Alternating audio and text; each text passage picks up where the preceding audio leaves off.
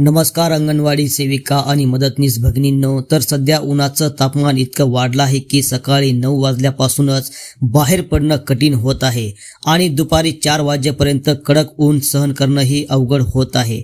पण या सगळ्यामध्ये एक मोठा प्रश्न आहे, आपल्या लहान मुलांचं काय? अंगणवाडी सेविकांनो, सध्या अनेक भागामध्ये 40 डिग्रीच्या पुढे तापमान जात आहे, तर अशा वेळी मोठ्या माणसांनाही याचा त्रास सहन करणं शक्य नाही। तर मग लहान मुलांचं काय होत असेल? बघा, लहान मुलं आपले अंगणवाडीतील हे लहान मुलं असतात, त्यांची सहनशक्ती खूप कमी असते। उष्णतेमुळे थकवा येतो, शरीरातील पाण्याची कमतरता होते, चक्कर येऊ शकते आणि काही वेळा उष्णतेचा त्रास होऊ शकतो। बघा, थोडा विचार करा, लहान मुलं जर एखादं लहान मूल उन्हात चालत अंगणवाडीमध्ये जात असेल, रस्त्यावर सावली नाही, गरम वारा वाहत आहे आणि डोक्यावर तळपणारा सूर्य आहे, त्या लहान मुलांना किती त्रास होत असेल। काही ठिकाणी तर अंगणवाडीपर्यंत जाण्यासाठी मुलांना बराच अंतर चालत जावं लागतं आणि हे सगळं कडक उन्हामध्ये होत आहे।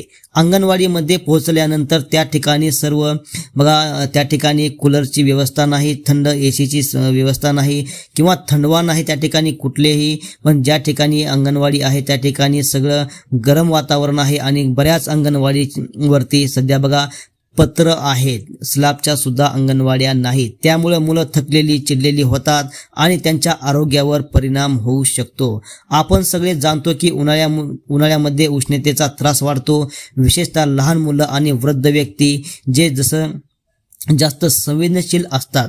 बघा, डॉक्टर सुद्धा सांगतात की दुपारच्या वेळेमध्ये बाहेर जाणं टाळावं। मग अंगणवाडीच्या वेळेबद्दल आपण विचार करायला का नको? हा प्रश्न फक्त गावाचा नाही, पूर्ण राज्याचा आणि देशाचा मुद्दा आहे। बघा, इथे पण एक महत्त्वाचा मुद्दा आहे की अंगणवाडीमध्ये मुलांना आहार दिला जातो, मग उपाय त्यावरती पण आहे।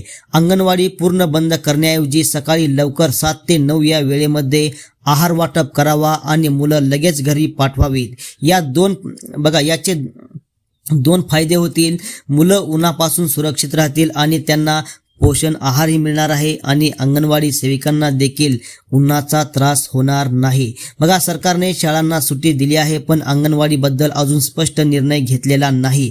हा विषय लहान वाटतो पण खूप गंभीर विषय आहे, कारण हा प्रश्न लहान मुलांच्या आरोग्याशी संबंधित आहे।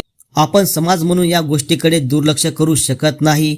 पालकांनीही काळजी घ्यायला हवी आणि प्रशासनानेही योग्य निर्णय घ्यायला हवा। जर तुम्हालाही वाटत असेल की कडक उन्हामुळे अंगणवाडीची वेळ बदलली पाहिजे किंवा काही दिवस सुट्टी जाहीर केली पाहिजे, कडक उन्हाळ्यामध्ये खरोखरच 1 महिना अंगणवाडीला सुट्टी असायलाच हवी आहे। बघा, तसं बघायला गेलं तर उन्हाळा हा 3 महिन्यापर्यंत चालतो, पण कमीत कमी 1 महिन्यामध्ये अंगणवाडीला पूर्ण 1 महिना सुट्टी ही दिलीच पाहिजे, कारण लहान मुलांना याचा त्रास होता कामा नये।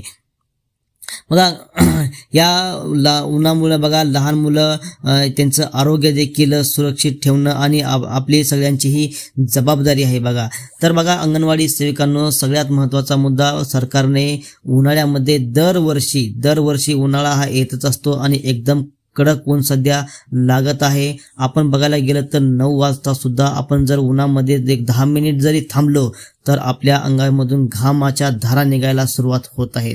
बघा, सकाळी 9 वाजल्यापासून संध्याकाळी 4 वाजेपर्यंत कडक ऊन लागत आहे। बऱ्याच ठिकाणी 40 पेक्षा जास्त डिग्रीच्या पुढे हे तापमान सध्या जात आहे आणि आपली लहान मुलं हे अंगणवाडीतील लहान मुलं असतात, त्यांना ह्या उन्हापासून जर काही झालं तर याला जबाबदार नेमकं कोण आहे?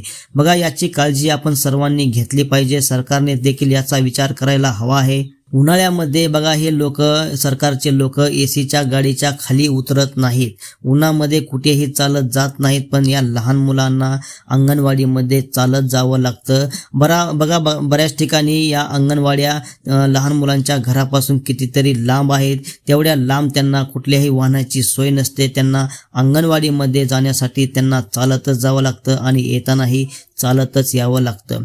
बघा, अशा प्रकारचा हा गंभीर प्रश्न सध्या उन्हामुळे निर्माण निर्माण झालेला आहे। तर आपल्याला या ठिकाणी सर्वांनी आवाज उठवला पाहिजे आणि उन्हाळ्यामध्ये 1 महिना कमीत कमी 1 महिना तरी अंगणवाडीला सुट्टी ही जाहीर केली पाहिजे। सुट्टी म्हणजे आपण सकाळी त्यांचा आहाराचा सर्वात मोठा प्रश्न या ठिकाणी सरकारचा आहे।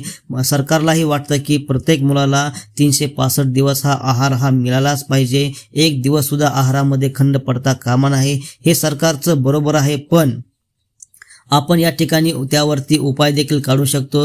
याला सोल्युशन पण सुद्धा आहे। जर आपण सकाळी 9 वाजेपर्यंतच्या आत जर आहार वाटप करून लहान मुलांना परत घरी जर पाठवलं तर हे खूप चांगलं या ठिकाणी होणार आहे। लहान मुलांना देखील या ठिकाणी दिलासा मिळणार आहे, त्यांना त्यांचं उन्हापासून संरक्षण होणार आहे। बऱ्याच ठिकाणी बघायला गेलं तर पालक हे या उन्हाळ्याच्या दिवसामध्ये अंगणवाडीमध्ये आपले लहान मुलं पाठवत नाहीत। उन्हाची तीव्रता बघा, उष्णता लक्षात घेता आपल्या मुलांना उन्हापासून संरक्षण मिळावं यासाठी बघा 9-10च्या नंतर घराच्या बाहेर सुद्धा कुठे घेऊन जात नाहीत आणि हे लहान मुलं बाकीचे जे आहेत ते आपल्या अंगणवाडीमध्ये कसे येतील हे देखील सरकारनं याचा थोडा विचार करायला हवा।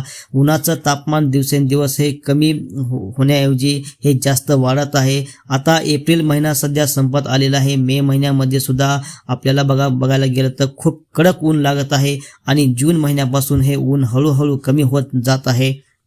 पण फेब्रुवारी, मार्च आणि एप्रिल हे फेब्रुवारीचे 15 तारखेच्या नंतर ऊन हे खूप जास्त प्रमाणामध्ये असतं। फेब्रुवारीचा महिना जाऊ द्या, मार्च नाहीतर एप्रिल या 2 महिन्यामध्ये कमीत कमी एप्रिल महिन्यामध्येच जास्त दरवर्षी हे ऊन असतं। एप्रिल महिन्यामध्ये अंगणवाडीला पूर्ण 1 महिना ही सरकारने सुट्टी जाहीर केलीच पाहिजे। बघा, सरकारी शाळेला हे सरकार सुट्टी देतं, पण अंगणवाडीला सुट्टी का देत नाही हा मोठा प्रश्न या ठिकाणी निर्माण झालेला आहे। दरवर्षी जिल्हा परिषदेच्या शाळेला 1 महिना सुट्टी असते उन्हाळ्याची आणि त्यांच्या शिक्षकांना देखील सुट्टी असते। त्या ठिकाणी कुठला आहार वाटप करणं वगैरे काही नसतं। तर या ठिकाणी फक्त प्रश्न येतो फक्त आहार वाटप करायचा। आहार तर लहान मुलांना मिळणारच आहे, त्यामध्ये कुठलाही खंड पडणार नाही। प्रत्येक मुलाला दररोज आहार तर दिला जाणारच आहे, पण आहार वाटप करून जर त्यांना लवकर घरी पोहोच केलं, त्यांना सुट्टी दिली तर त्यांना उन्हापासून त्या ठिकाणी त्यांना त्रास होणार नाही। जर एखाद्या मुलाला जर उन्हापासून काय झालं तर ही सगळी जबाबदारी ही अंगणवाडी सेविकांवर येणार आहे।